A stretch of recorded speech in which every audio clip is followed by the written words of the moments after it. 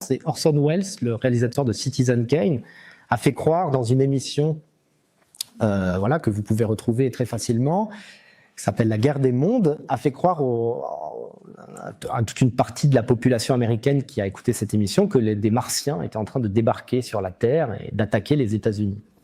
Donc il y a eu tout un tas d'événements incroyables qui se sont passés à partir de ça. Les gens, il y a eu des embouteillages monstres, des personnes qui ont fui massivement de chez eux, etc. Donc ça a marché.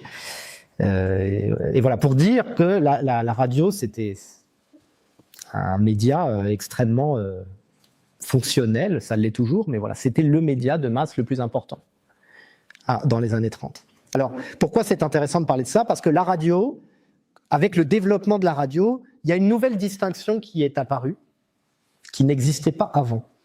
La distinction entre les émissions de radio diffusées en direct, qu'on appelle live broadcast, une émission diffusée en direct, et les émissions préenregistrées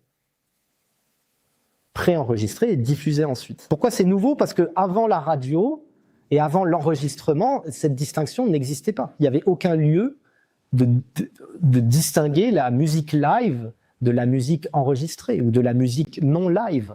Toute la musique était forcément live, c'est-à-dire pour voir de la musique, pour écouter de la musique, il fallait aller à un concert, il fallait aller voir des musiciens en chair et en os. Et donc la musique était toujours en direct. Ce n'était même pas une question. Et tout d'un coup, là, on a des technologies qui permettent d'entendre de la musique sans que cette musique soit produite au moment même où elle est écoutée.